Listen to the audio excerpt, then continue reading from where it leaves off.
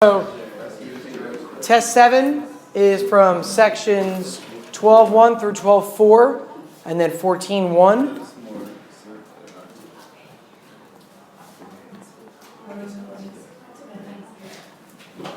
(12.1 through 12.4) was about simple harmonic motion, mass spring systems, pendulums, waves, constructive interference, fixed ends, standing waves, all the stuff with anything that is like some sort of oscillatory or vibration. Okay, oscillatory motion or vibrations. 14.1 was the beginning about light. Okay, we just quickly talked about the characteristics of light in 14.1. That's going to be really mainly conceptual, except the one possible math problem you could have would be like to find the wavelength and frequency. Okay, but it's not too difficult. It's our one formula, V equals omega lambda. What do you guys want to start with? Can we just go over how to tell the difference between transverse and longitudinal waves? Sure. All right, so transverse and longitudinal. For a longitudinal wave, think about first of all sound waves. When sound waves are created, what they do is they vibrate the molecules in this direction, and the wave is also moving in this direction. So the direction of vibration and the wave motion are the same. Thus, for longitudinal, it's that they're parallel. The vibrations and the wave motion are parallel. For transverse, you can think about that EM wave that we looked at in 14.1. How the wave itself was up and down, but the motion was left to right. So up and down of vibrations, left to right of the motion of the wave. Those are perpendicular. That's what transverse is. The other example for that was when we took the slinky and went like this with it. And you saw that the wave was moving up and down, right? That's what the vibration was. But the wave itself was sliding left to right. It was propagating itself over. Okay? How would you draw a transverse wave? How would you draw a transverse wave? Yeah. A normal sine wave could be like a transverse wave. Like just something like this could be like a transverse wave. Isn't that vibrating opposite of the direction? It's going up and down, but it's going left to right. That's transverse, you said. Oh, right, yeah. Do you mean longitudinal? I was going to say transverse should be the easy one to draw. Longitudinal is difficult. The easiest way to draw a longitudinal wave would be to just draw an example of like, remember the example of the spring or slinky? Where when you like sent a pulse and it like compressed and that compression moved the entire way and then that compression came back. That's a good example of a longitudinal wave. I'm trying to think as far as graphically. Even graphically though, we did represent it with a sine wave because remember we looked at like the high density of compression, the low density where it was stretched, then it was compressed, then it was stretched. But the easiest example would be like a slinky sending a pulse in. Are most EM waves transverse? All EM waves are transverse. Yeah. The electric and magnetic fields in EM wave are always perpendicular to each other, and those are actually perpendicular to the wave direction itself, all of them. I'm trying to think of a good example of longitudinal. Besides sound, what's another good one? I don't know, I'll think about it. If I can come up with something by the end, I'll come up with another one. Ev. So transversal. Transverse. The motion is perpendicular to. The vibration is perpendicular to the wave motion. The vibration is up and down, right? That was the example of the slinky, but the motion was left to right. That's transverse. Okay, remember when we went like this, we saw the wave would jump up and down, but the motion itself was moving left to right. Okay. So there's the perpendicularity. Whereas vibrations with longitudinal, right? It compresses, and it's moving this way, and it's vibrating this way. So the motion and the vibration are in the same direction. The reason why it vibrates up for the transverse is because the collisions with the molecules. Why does it vibrate up? Well, I mean, yeah, sure, but it's really your arm is causing like it's called a force function. So if you had a slinky and you were just holding still, it wouldn't move. But the minute you go like this, it causes this part of the slinky to move up. And then the slinky, the material is malleable, or it can be vibrated, it can be easily deformed, right? You can deform it, but it comes back to its original, not permanently deformed, just deformed. So it deforms and it kind of like pulls upward, and it pulls the next piece of metal up, which pulls the next piece of metal up. So the molecules are interacting for sure, but it's you forcing it to cause the vibration on a transverse wave. And that's the same for sound waves too? Yeah, I mean, sound waves, when you're talking, you're causing the molecules to vibrate in front of your mouth, and those molecules are then vibrating in the air all the way to your ear. They just happen to be vibrating at a very, very high speed. So the sound wave travels between you and I very quickly. At 343 meters per second, which is a lot. I think 343 meters. It's 3 football fields every second. That's how fast sound travels. It's pretty fast. You know, that guy, I put the link if you guys noticed on the news forum. Remember the guy that jumped from the brink of space? Oh, And he broke yeah. what was it? Baumgartner, that guy's boss. Yeah, but what was the guy's name? Felix? Baumgartner. Yeah. He broke the speed of sound. Did you know that? He did. Did you guys not know that was the big thing? He broke the sound barrier. Wait, He went faster than 343 meters every second. Where did you hear a huge boom? Yeah, it creates a Yeah. sonic boom, it's called. Sonic boom. Now, Like Guile in Street Fighter? Anybody? oh, yes. Remember Street Fighter, the video game? It was like Mortal Kombat? Guile, right? He used to throw this like thing and it was called the sonic boom because it created a sound. I was always playing Rubytron mind games. Sorry.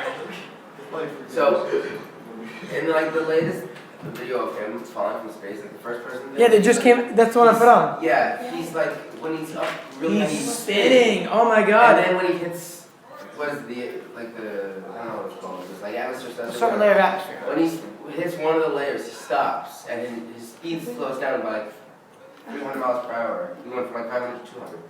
Why? He started, did anybody see this or no? So he starts spinning uncontrollably. And when you start spinning, when you have rotational and linear velocity, your overall velocity is much greater. So they're not only measuring the actual velocity down, but they're measuring as they go down like the G-forces on his body. And he starts to black out for a little bit, right? He says, I'm like losing consciousness. I didn't see, because I didn't read too far into it, but it looked like his actual air resistance that he was trying to create, like you notice he was moving his arms and stuff a lot? What he's doing is like what ice skaters do. When ice skaters ice skate, they either tuck their arms, I don't know how they do it, like this, or they have their arms out. When you have your arms out or further in, it changes your rotational inertia. And that can slow you down from spinning. So, first of all, he slowed down from spinning because I think of what he was doing with his arms to stop himself. And he's trained, that's what he trains to do. As far as his velocity vertically though, because that slowed down as well, it was just the layers of atmosphere. He was like, where was he when he started the jump? He was pretty much in outer space, Yeah. right? So there was still gravitational pull keeping him there, but there was very little atmosphere, so there was very little resistance. So he was picking up velocity, like unbelievably. So he started getting too fast, and once he hit that layer of atmosphere, it slowed him down. That's my suspicion. I didn't read anything about it though. I just watched the video. You just falling for 8 minutes. Was it 8 minutes total? Yeah. It's wild, isn't it? scary. Yeah. It was cool though. I would totally do that. I mean, I get motion sickness. I can't, like, to the point, but I would love to want to. So you wouldn't do it? You would throw up in your I desire to do it, but I don't If think you I ever didn't get would. motion sick, you would do that? You would jump from that high? I mean, if you know it's gonna work, I mean, You don't know though. he trained enough though. I mean, with the training, I wouldn't just go up there and be like, yo, let me jump. I'm jumping parachute. If I was gonna do it, I would do it no training. Oh yeah, you would. Training would scare you. I would definitely do it training. All right. What else in chapter 12 do you want to talk about? I recorded in the other class also, so there's other stuff that they ask questions about. So I'm just trying to get your feedback. Elliot. Wavelength, amplitude, amplitude, like which amplitude is it to? It's like one wavelength, like, could you measure it with using the amplitudes? From the top to the top or the bottom to the bottom. So let's take a look what you're saying. Hold on. Let me, whoops. A wavelength can be measured, and I'm going to continue this wave. Assume the wave is consistent or the same. It's not, clearly. I kind of screwed up there. All right, that was terrible. All right. Wow. There we go. So assume this is the wavelength, or this is a wave. The wavelength can be measured from crest to crest. That's one full wavelength, lambda. Or you could measure it from the beginning to the full cycle or the next time it hits after one cycle up and down. That's also considered to be a wavelength. You can measure it from trough to trough. Also considered to be a wavelength. You see what I'm saying? So the wavelength depends on where you start, really, to measure. Amplitude is the distance from this midline to the max height, or the midline to the bottom one. And notice I said it's the distance, not the displacement. Distance is always positive, right? So it's the distance from here to here. If that distance is 3 meters, the amplitude is 3 meters. Well, that means that this distance is also 3 meters. Because I keep saying distance, not displacement. Displacement would be negative 3 meters on the bottom side. And then how are wavelength and frequency related? How are wavelength and frequency related to one another? Well, because the smaller the wavelength, the higher the frequency. Very good. So they are inversely related. Here's our formula. Okay, V equals omega lambda. Solve for omega or lambda. Doesn't matter. That's what I get, right? I divide by lambda to get omega by itself. What do you notice? You notice this. Omega, I used the lightsaber in the last class. Omega is inversely related to lambda, okay?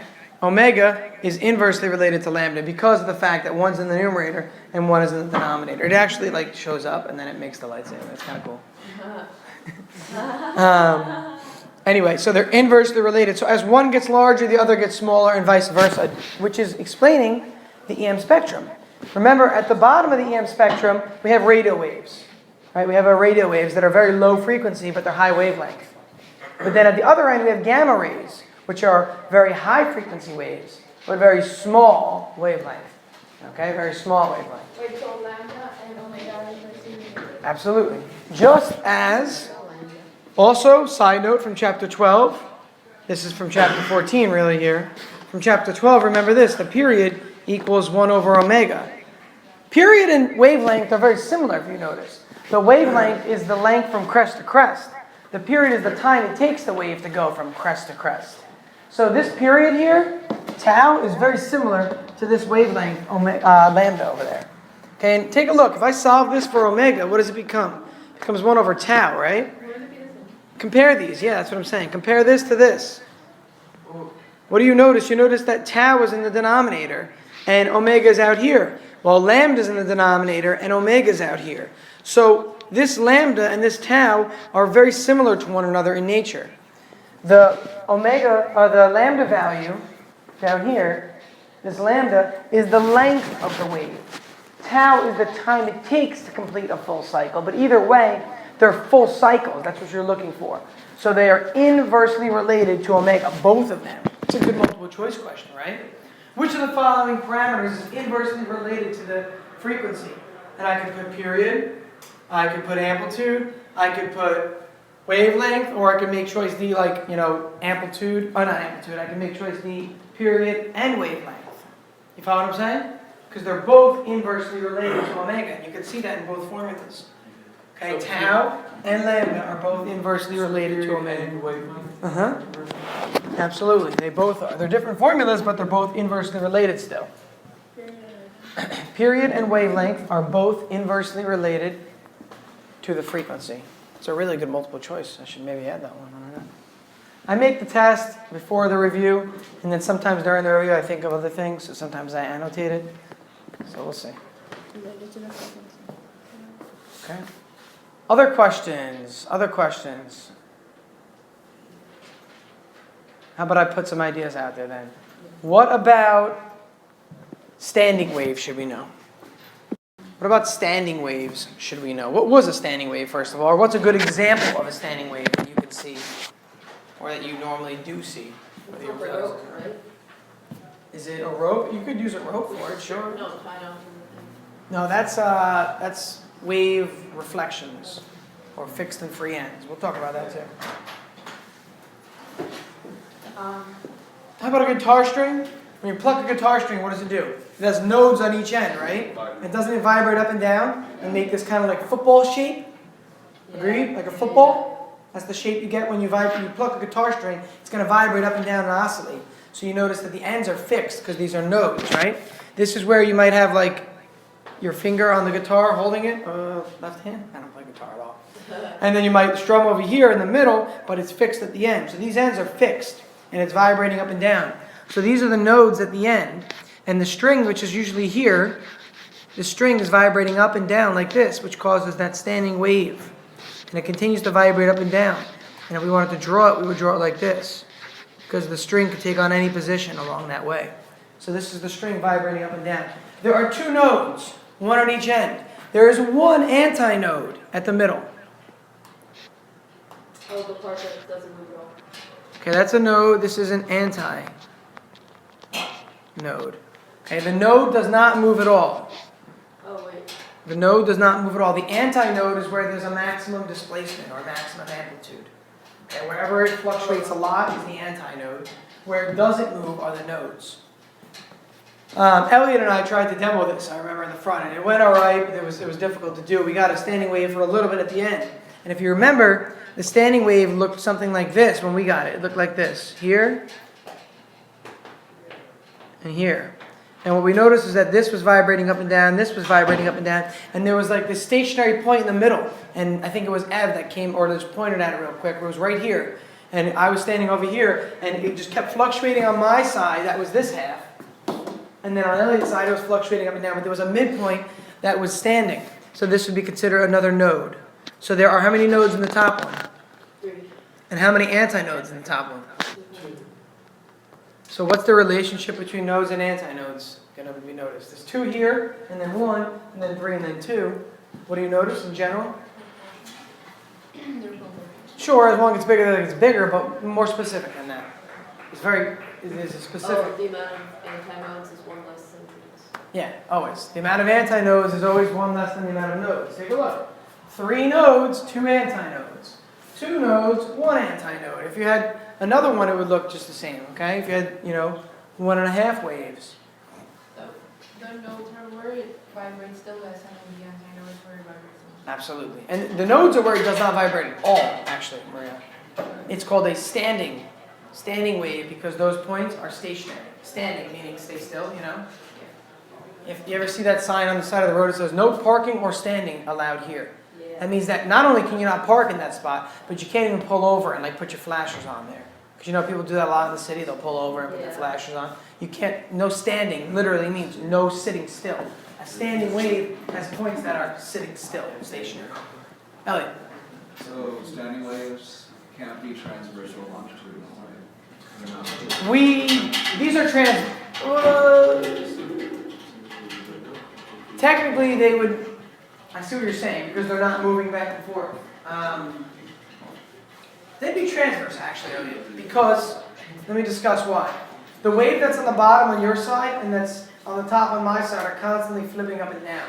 So the wave is moving back and forth, but it's moving back and forth in a way that it's just causing this alternating motion to happen. But the middle point is not moving, but the wave is still carrying back and forth. Because remember, standing wave is defined as 2 waves coming together with the same frequency, amplitude, and wavelength. So there are waves moving together, and those are transverse waves. But these waves, standing waves, the difference is that they're either fixed or free waves, right? Fixed or free had to do with the end and how it's attached. That's like if you send a pulse to an end that's fixed versus free, how does it slide? Oh, We'll get to that in a moment. It was in the same section, but it wasn't the same thing. yeah. Mila.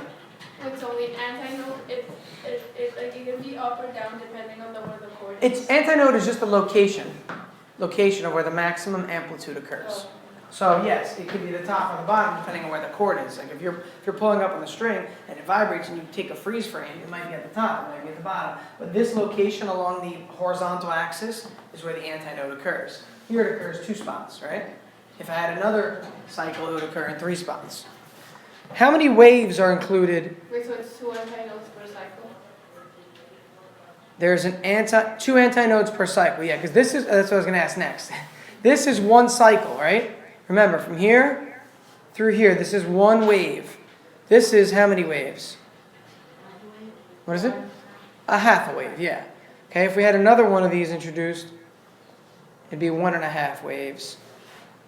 Okay, and there'd be 3 antinodes and 4 nodes. A standing wave is only, it will always be only half a wave, it can't be. The example of a guitar string is considered to be like a half of a wavelength. A half of a wave. Just because you're not completing the whole cycle, right? You'd be here, and then you're missing the other half right there. Okay? All right, let's go on to the fixed free part that we were now. So this one was, what if I have a rope and it's fixed to a wall. Right, here's the wall, and it's fixed, versus a rope that's attached to a pole with a knot around it. Okay? So here, if I send a pulse in this direction traveling, it's going to hit the fixed end. It's going to hit the fixed end. What the fixed end is going to do is it's going to return a pulse, but on the bottom side. Who was up here for this example? Camila? Was you?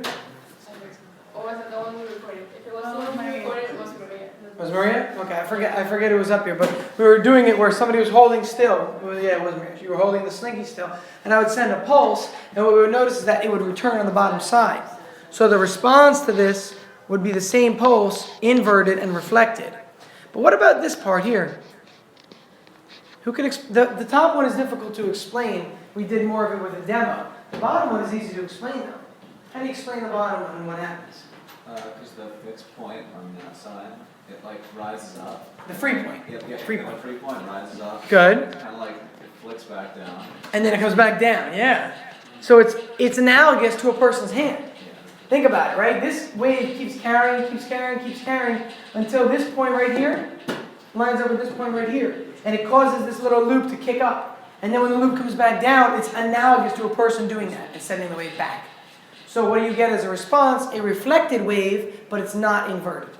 It's not inverted. It sends the same wave back to you. So are they always destructive since they're going the opposite way? And This is not destructive because this is like 2 points in time, Scott. So like watch. I send this wave to the right, okay, right? gotcha, yeah. And it's coming back after it's been reflected. It's not like two waves meeting. These waves are not meeting together. Let me point that out. The red I purposely drew to show later in time, after it's been reflected off the wall. Wait, so It's that not, these waves are not meeting in the middle. Okay, this wave carries itself all the way to the wall, then this wave comes back. They are not meeting in the middle. It's just, I'm showing the reflection of that wave. Okay, in your notes, there's like A, B, C, D. If you take a look, or I forget what, take a look in, either in the text that's in the diagram, but I also put it in your actual notes. Wait, so that one moves up and down because it's not fixed at the end? The one at the bottom? Correct. This one causes this to loop up and then come back down, which And sends then- the same wave back. Oh, So this wave that's coming here, it hits it, and then it comes back again on the top. So this is just simply reflected. that one's free, right? This is a free, this is fixed. The wave here is reflected. That's so weird. I didn't know it stopped. I hope it didn't stop for the last slide also. All right. Other questions, folks? Other questions? We've got about a minute still. Format same as always.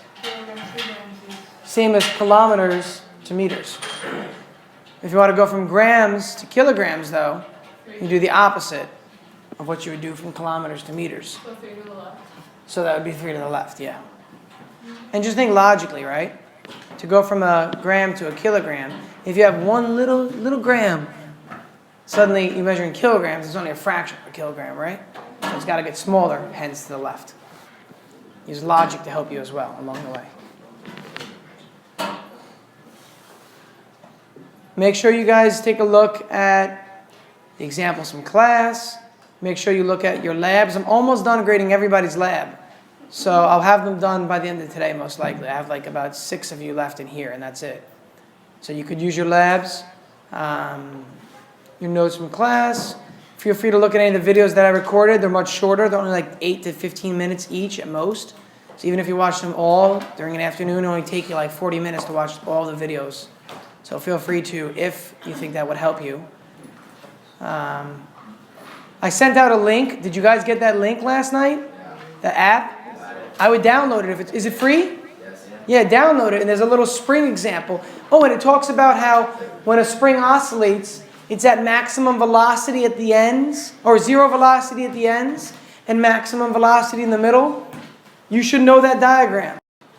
Where if a spring is attached to a wall, and here's the mass, and the spring is oscillating back and forth, when it's at the end points here, the velocities are zero, remember, because it stops for a moment. When it's at the middle, at the equilibrium state, the velocity is a maximum. Also remember that the force is zero here, and at the end, the force is a maximum. That was the diagram we looked at in section 12.1 and 12.2. But that's a good, that app that I sent you the link for will help you with this concept right here. I would recommend going through that app. Just run through the experiment. Use the bottom buttons. It goes through the whole experiment with you.